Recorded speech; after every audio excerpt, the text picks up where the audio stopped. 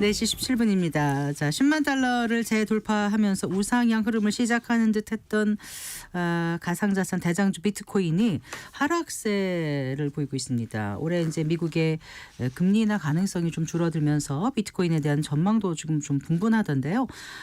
트럼프의 공식 취임 이후에 가상자산 시장 어떻게 움직일지 한번 전망해 보고요.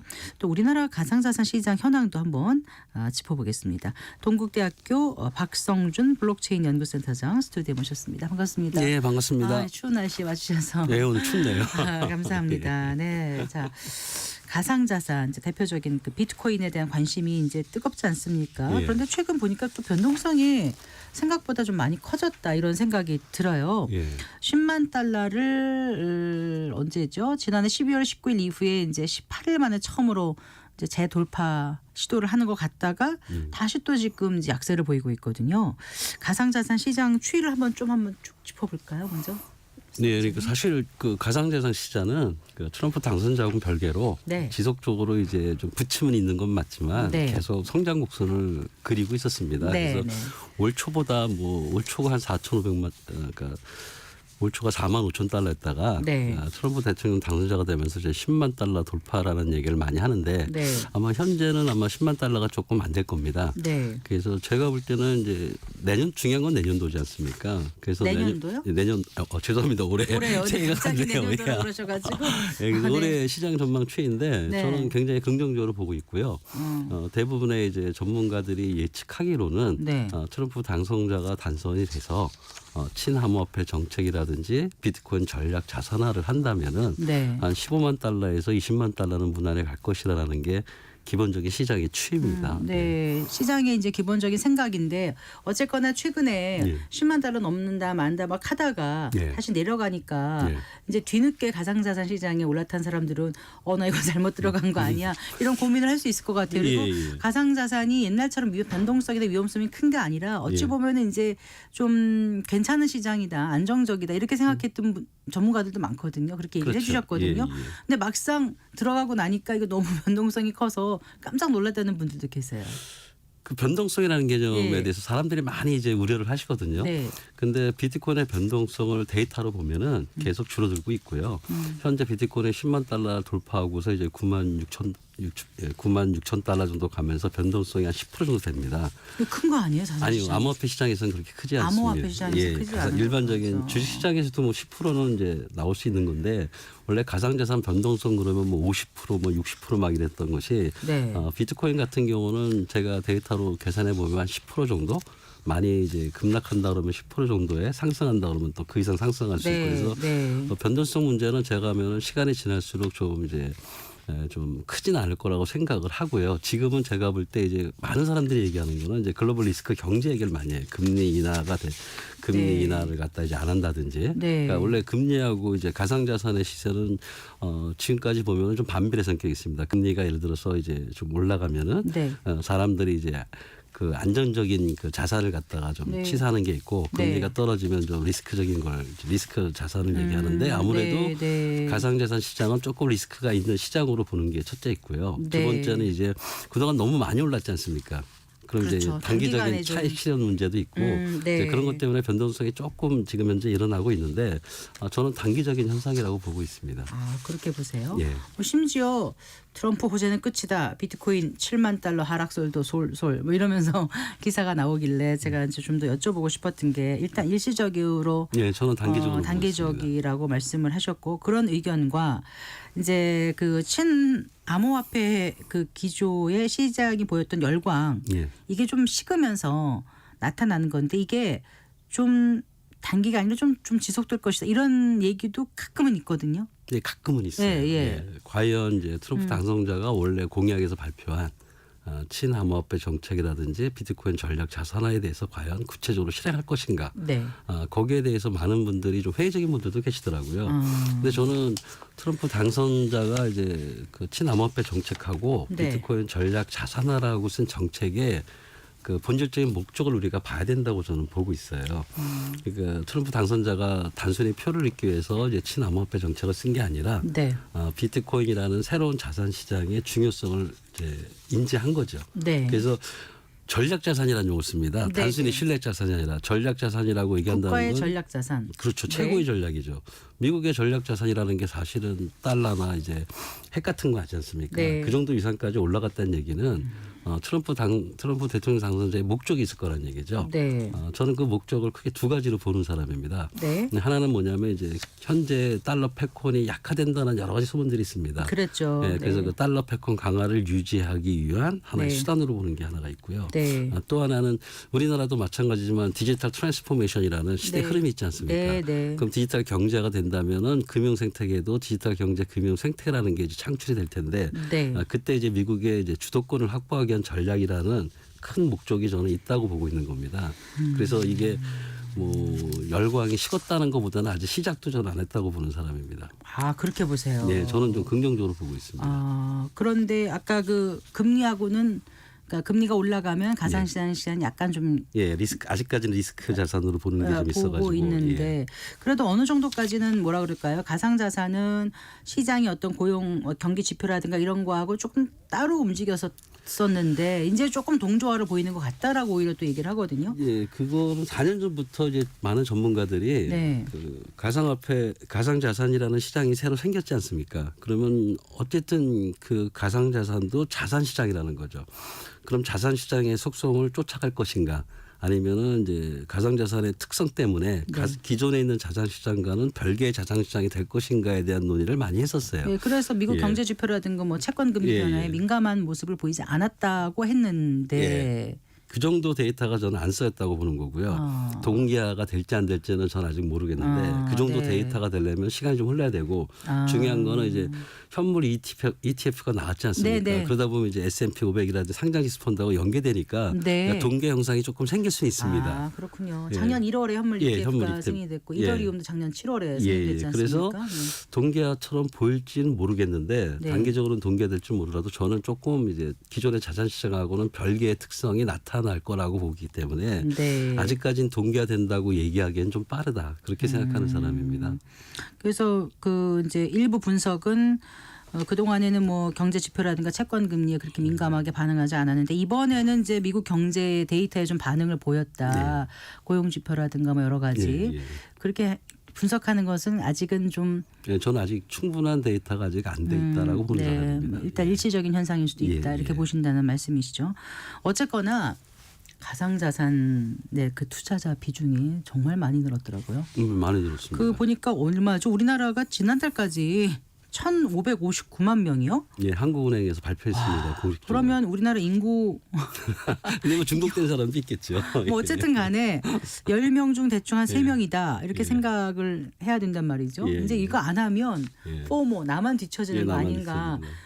100명 중 1,559만 명이면은요. 아이들 뭐 이렇게 다 빼고 나면 거의 실제 그 직업 인구 중에서 거의 다 하신다고 보시면 그렇다고 됩니다. 지금 봐야 되는 거잖아요. 예, 예. 이렇게 몰리는 이유는 뭐 당연히 매력이 있다고 보고. 예, 가장 큰 거는 상승률이겠죠. 네. 예, 근데 이제 실질적으로 이제 손해 보신 분도 많잖아요. 아, 그럼요. 예, 근데 손해 그런 보신 사람은- 분들은 말을 안 해요. 예, 말을 안 하죠. 네. 그러다 보니까 이제 누가 얼마 벌었다는 어. 게 있고 아까 포모 말씀하셨는데 네. 그런 경우가 있고 제일 중요한 거는 이게 24시간 거래되잖아요. 그러니까요. 기존에 주식하고는 달리 이제 즉시 결과가 나오고 그다음에 실질적으로 상승한 한 번 데이터가 상승을 하면은 네. 기존의 자산 시장에서 볼 수 없는 뭐 100배도 되고 50배도 되고 하니까 그런 어떤 그 투자 정도까지 메리트가 아니더라도 뭐 두세 배만 돼도 그렇죠. 기존에 우리 한국 주식시장에서 너무 힘들었던 분들은 예. 아, 이참에 한번 옮겨보자. 예. 그래서 몇 달 동안 한 1, 2년 고생했던 걸 여기서 한 번에 좀 만회해보자 이런 마음도 충분히 있습니다. 있을 것 같아요. 예. 통계하면 작년에 가장 많이 오른 거는 230배 올랐습니다. 아, 그런가요? 예. 네. 어쨌든 이 코스닥과 코스닥 시장 합한 것과 맞먹는 규모일 정도로 지난번 언제죠? 지난달에 15조 원의 하루 평균 거래 대금이 이루어졌다고 하더라고요. 예. 어마어마한 그 어찌 보면 좀 열광에 가까운 건데. 원래 계속 상승해서 2018년도에는 넘었었죠. 그러다 이제 정부에서 암호폐를 해서 폐쇄한다는 얘기 나오면서 네. 이제 갑자기 수그라들었고 네, 기억납니다. 예, 네. 기억나시죠? 네.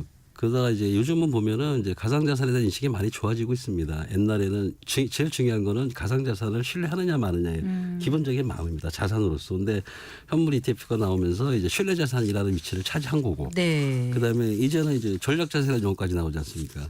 그 전략자산이라는 용어라고 얘기한다면 신뢰에 대해서는 더 이상 얘기를 하면 안 될 것 같거든요. 그렇죠. 신뢰가 없는데 어떻게 국가의 그렇죠. 전략자산으로 전략자산이 삼겠어요. 되겠냐는 거죠. 더군다나 미국이 이렇게 맞습니다. 생각하는 거죠. 미국이 예. 네. 그래서 신뢰라는 측면보다는 제 생각에는 과연 이 가상자산이 어떻게 성장할지를 이제 바라보는 시각 네. 그로 인해서 이제 투자를 어떻게 할지를 결정하는 게 더 맞는 거라고 생각합니다. 저는. 예. 2018년에 그때 이제 가상자산은 도박이다라고 이제 말씀하시는 도박이라는, 분이 예. 계셨습니다. 여러 분 계셨습니다. 네. 그래서 어쨌거나 그 이후에 왠지 우리는 이걸 좀 산업 활성화에 대한 논의가 좀 지지부진하고 뭔가 좀 규제만 있는 것 같고 예. 이렇게 뭐 시장을 열어주는 것 같지 않다 이런 생각을 다들 하고 있지 않습니까? 네. 그래서 앞으로 좀 이제 이렇게 많은 국민들이 참가하고 있는 시장인데 이제 좀 뭔가 정비를 해야 되지 않을까 이런 생각은 다들 하실 것 같아요. 늦었죠. 사실은. 늦었나요? 예. 어쨌거나 그러니까 네. 원래 우리나라 정부의 기본적인 가상자산 정책의 기조는 네. 규정입니다. 네 그런 것 같아요. 예, 그래서 네. 원래 이제 그 전 정부 때도 가상자산위원회가 있었고, 네. 그다음 그러니까 이번 정부에도 디지털자산위원회라는 게 있습니다. 네. 근데 문제는 이제 그분들이 굉장히 연구하고 분석하신다고 하시면서 네. 아직 구체적인 결과가 안 나온 게 지금 한 6년째입니다. 그러니까 그리고 이번에도 뭐냐면 이제 그 미국의 트럼프 당선자께서 이제 비트코인 전략 자산을 하면서 네. 이제 조금은 느끼신 것 같아요. 그리고 가장 중요한 거는 현실적으로 상당히 큰 규모의 자산 시장이 있는 거 현실 존재하지 않습니까? 그럼 그거에 대한 건전성을 확보해 달라는 네. 실체가 투자자들의- 있는데 그렇죠. 어떻게 해야지는 좀 예, 이제 투자자들의 요구가 많이 나오니까 네. 이제 나름대로는 시장의 건전성을 확보하는 데 치우치다 보니 규제 위주의 강력한 정책을 핀 게 현재 우리나라 실정입니다. 어쨌든 지난 10월에 국정감사 앞두고 보면은 이제 금융당국이 국회에 제출한 자료를 보면 그 법인 계좌 단계적 허용 빼놓고는 뭐 가상화폐 발행이라든가 현물 ETF 승인 같은 거에 대해서 신중 검토라고 의견을 밝혔다고 하더라고. 이거는 결국은 이제 사실상 좀 안 하겠다는 부정적으로 받아들여져서요 시장에서. 2018년도부터 그런 말씀을 하셨습니다. 예, 예. 그런데 지난해 7월이었잖아요, 예. 센터장님. 그 가상자산 이용자 보호법이 시행이 되는데 그게 이제 1단계잖아요. 1단계입니다. 그 정도는 아직 갈 길이 멀다고 현장에서 얘기한다면서요. 뭘 담고 있습니까? 1단계가. 원래 우리나라에서 이제 제도한 첫 번째는 특근법이고요. 네. 특정금융거래법에 의해서 이제 그 법의 목적은 자금 세탁 방지 때문에 일어난 거고, 그리고 이제 암호화폐 거래소의 이제 투자자들을 보호하기, 투자자 보호를 위해서 네. 이제 시장의 건전성을 확보한다 그래가지고 가상 자산 이용자 보호법 1단계는 됐습니다. 네, 네. 그거는 주로 이제 시세조종이라든지 탈세라든지 미공개 그다음, 거래 행위 등 불공정 거래 행위 그렇죠. 방지 이런 예, 거요. 그 건전성 중에서도 가장 기본적인 거를 해놓은 상태인데 네. 그 법조차도 포괄적이지 않고 상당히 애매모호합니다. 지침에 대한 구체성이나 이런 게 좀 뭐라 그럴까요? 좀 이렇게 조금 추상적이라 네. 사실은 시장에서는 좀 혼란이 있는 게 사실입니다. 네. 그러면 이제 1단계 말고 그 다음 단계는 어떤 게 있어야 되는 거예요? 원래 이제 블록체인과 암호화폐 전문가들은요, 가상자산 전문가들 얘기했던 거는 블록체인하고 가상자산 관련된 세 가지 기본법이라는 게 있습니다. 네, 네. 그게 이제 블록체인 기본법, 네. 그다음에 가상자산법, 네. 스마트 계약법. 아. 이 중에서 이제 가상자산법에 대해서만 일단 말씀을 드리는 거고요. 예. 거기서도 가상자산 이용자 2단계 보호법에서 나름대로 이제 법인 계좌 허용을 한다든지, 네. 그다음에 ICO를 허용을 해줬으면 좋겠다든지, 네, 네. 기존에 했던 강력한 ICO가 규제를 가상화폐 발행 말씀하시는 예. 거죠? 네. 시장의 강력한 규제에서 조금 벗어나 육성이라는 좀 가상자산 산업 생태계에 좀 싹을 틔우는 그런 조항들을 좀 있기를 바라고 있는 상태죠. 네. 저는 가상자산 이용자 그 2단계 입법에서는 반드시 그런 조항, 육성에 관련된 조항이 들어가야 된다고 보는 사람입니다. 네, 그래요. 사실 너무나 글로벌 시장이 빠르게 변하고 있고 네. 어떻게 보면 이제 금융 소비자들은 그 시장에 발맞춰서 좀 막 들어가고 있는데 우리의 그 당국의 어떤 법 제도라든가 이런 거는 좀 거기에 속도가 좀 못 미치는 것 같다 이런 생각이 네, 안타깝습니다. 듭니다. 네. 속도를 맞추는 게보다는 시작도 안 한 상태라고 저는 보고 있습니다. 아, 그래요. 그 글로벌 변화에 맞춰서 그럼 가상자산 시스템 어떤 것들이 도입돼야 된다고 일단 보세요. 네, 제가 아까 말씀드린 것처럼 저는 가장 계속 말씀드리는 게 가상자산이라는 새로운 산업 생태계가 있으면 이제 디지털 자산이라는 거대한 시장이 생겼지 않습니까? 그럼 거기에 대해서 이제 국가의 정책을 결정하는 컨트롤 타워가 있어야 된다고 생각을 합니다. 네, 네. 지금은 이제 금융 당국이 주관 부서입니다. 네. 그런데 금융 당국은 사실은 육성보다는 규제 위제 기관이잖아요. 네. 그래서 저는 금융위원회가 가상자산의 컨트롤 타고 되면 안 된다고 보는 사람이고요. 네. 이번에 그 트럼프 당선자가 아마 이제 선임을 한 것 같은데 처음에는 이제 암호화폐 차르라는 조직을 신설해서 장관급입니다. 네. 신설해서 이제 위원장을 선임했는데 그게 암호화폐 차르라는 이름이 아니라 네. AI 암호화폐 차르입니다. 네. 그러니까 AI 암호화폐 예, 짜르. 차르라고 그러나요? 아, 차르인데 네? 이게 네. 일종의 이제 수장 같은 아, 하나의 기구를 네, 네, 하는 네. 거죠. 근데 거기에 보면은 이제 처음에 이제 암호화폐 짜르라고 그랬다가 네. 인공지능까지 들어간다는 얘기죠. 그 얘기는 뭘까요? 그거는 이제 블록체인이나 가상자산이라는 게 단순히 하나의 어떤 생태계를 하는 하나의 축이 아니라 인공지능과 융합된다는 걸 암암리에 표현하는 거거든요. 우리나라도 그런 어떤 조직을 빨리 신설해서 네. 거기서 우리나라 그 가상자산 생태계를 활성화를 한다든지 규제하는 거에 대한 컨트롤 타워가 필요하다고 저는 계속 말씀드리고 싶습니다. 네.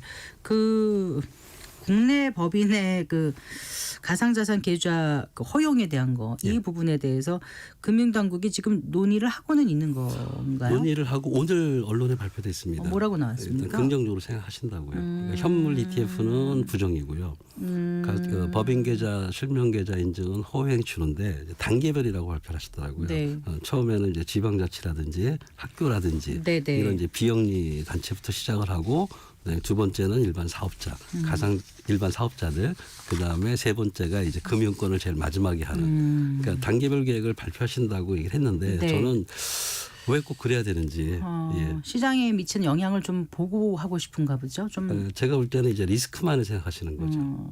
그러니까 기관 투자가들이 만약에 여기에 들어오게 되면은 가상자산 시장이 폭증하겠죠. 네. 그러면 이제 그때 생기는 리스크에 대해서 아직 완전한 대비책이 없다고 생각하시는 것 같아요. 네. 그래서 좀 리스크가 적은 기간부터 시작을 하시는 것 같은데 저는 좀 그러니까 어쨌든 예. 법인 계좌가 허용이 되면 이게 어느 정도 시장을 움직이는 게 될까요? 굉장히- 상상이 안 되거든요, 저는 사실. 일단 현재 개인들이 투자하는 시장의 규모가 있는데 네. 기관 투자가 들어오면은 그 시장은 이제 폭증하겠죠. 일단 일단 정말 지각 변동을 일으킬 만큼. 네, 지각 변동을 일으키는 거죠. 아. 이제 그 다음에 두 번째는 기관 투자가 들어온다는 얘기는 우리나라 국민들 마음속에 이제 가상자산의 신뢰성을 높이겠죠. 제도권으로 들어온다는 것도 있는 거고. 근데 금융당국이 생각한 리스크는 어떤 리스크예요? 일종의 지금 뭐 말씀하시려는 자금 게? 세탁 방지라든지 그런 거라든가. 또는 이제 보안 문제 같은 것도 있나요? 보안 문제도 있겠죠. 예. 네. 그러면 그런 거를 위험에 리스크에 대비하기 위한 다른 방책을 마련을 하고 자산 시장을 좀 키우는 그런 예. 쪽으로 가야 되지 않을까요? 예, 그래서 저는 리스크는 우려라고 보는 사람입니다. 리스크는 뭐라고요? 우려. 우려. 예, 네. 예를 들어서 왜냐하면은 가상자산 산업이 확장될 때 예. 지금 말씀하신 리스크는 다들 예측이 됐었어요. 네. 그러니까 6년 전부터 예를 들어서 가장 간단한 예가 이제 과세한다고 그러셨을 때 과세 인프라를 그럼 어떻게 우리가 만들어서 실질적인 과세를 할 수 있는가에 대한 논의도 꽤 있었거든요. 그래서 이번에 과세 인프라가 아직 구축이 안 돼서 네. 그래서 이제 연기했지 않습니까? 그리고 나서는 그 뭐냐면 2027년 1월부터 다시 한다고 하지 않습니까? 그럼 그 전까지 과연 과세 인프라를 구축할 거냐? 2년간. 2년간. 네. 근데 그게 말로 한다고 되는 게 아니잖아요. 실질적으로. 그리고 자금 세탁 방지라든지 국제 협력 같은 경우도 네. 아마 작년 10월 달인가 우리나라 그 기재부가 OECD에 가가지고 가상자산 정보 공유 체계를 만드는데 사인을 했습니다. 네. 그게 바로 뭐냐면은 가상자산이 P2P이기 때문에 네. 한 나라만 할 수 있는 게 아니거든요. 그래서 국제적인 협력을 위해서 각국이 가지고 있는 디지털 자산 정보를 공유하는 시스템을 구축하자는 네. 일단 협약까지 다 끝나 있는 상태입니다. 네, 네. 그렇게 되면 이제 탈세라든지 또는 이제 자금 세탁 방지 같은 거를 충분히 막을 수 있겠죠. 이런 리스크는 충분히 대처 방안들이 그럼 있다는 다른 겁니다. 나라는 지금 현물 ETF 승인한 미국 같은 경우 법인에 대해서는 어떻게 하고 있어요? 할 수 있습니다. 그러니까 그렇군요. 그러니까 네. 미국의 유명한 글로벌 기관 투자가들이 이제 비트코인을 막 사는 거죠. 네. 구글이 양자 컴퓨터를 개발했다는 소식에 비트코인 시장이 아주 들썩이지 않았습니까? 예. 네. 그러니까 좋은 쪽으로 들썩인 게 아니라 오늘 그러니까 양자 컴퓨터가 개발이 되면 예. 기존 블록체인 시스템을 마비시킬 수 있다는 주장이 일각에서 나왔는데 블록체인 연구센터 센터장이잖아요. 예. 어떻게 생각하십니까? 블록체인 연구 센터장이면서 암호학 박사입니다. 네, 네, 네. 가장 박사님. 관련이 네. 되는 건데 오늘 이제 젠슨 황인가요? 네, 미디어 얘기했습니다. CEO. 네. 양자 컴퓨터가 실용화되려면 한 25년은 더 걸릴 거다. 네. 그러니까 우려입니다. 그리고 중요한 건 뭐냐면은 양자 컴퓨터가 나왔을 때 대비책도 이미 마련돼 있다는 겁니다. 아하. 그러니까 양자 내성 암호학이라든지 네. 양자 내성 블록체인도 이미 개발이 돼 있습니다. 그래서 그러니까 블록체인에 미치는 영향은 미비할 거다. 좀 제한적일 예, 수 있다라는 제한적이고 게 충분한 대비책도 박사님의 있다. 생각이라는 그렇습니다. 말씀이시죠. 어쨌거나 최근에 가상자산 돌풍에는 이제 트럼프 당선이 큰 영향을 미쳤던 거 아닙니까? 그리고 이제 말씀하신 대로 전략적 준비 자산을 화하겠다는 발언이 아주 큰 영향을 예. 미쳤는데 그 실효성 논란에 대해서는 약간 의문이 있으세요? 전혀 없으세요? 전혀 없습니다. 아, 그러세요? 그 파월 원전 이사님 말씀으로 그러는데 네. 현재 법으로서는 불가능하죠. 근데 이제 원래 새로운 생태가 나타나게 되면 거기에 맞춰서 법이 개정이 돼야 되는데 네. 만약에 연준 그 법을 개정하는 게 어렵다면은 네. 제 생각에는 다른 대안도 있다는 거죠. 어떻게요? 노르웨이 같은 경우는 국보펀드를 이용해서 비트코인을 모집을 한다든지 아니면은 재무부 같은 데서 비트코인 자산을 할 수 있다든지 네. 충분한 대안이 있기 때문에 실효성 문제보다는 저는 트럼프 당선자의 의지가 더 중요하다는 거고요. 네. 그리고 지금 현재 미국 정치 상황을 보면은 친암호화폐 정책 그 의원들이 상원 하원에 다 장악하고 있지 않습니까? 그래서 저는 충분히 실행할 거다라고 보고 있는 사람입니다. 예. 네. 근데 이제 그 작년에 가상자산 투자자의 45%가 처음 코인 투자를 했다고 예. 나왔더라고요.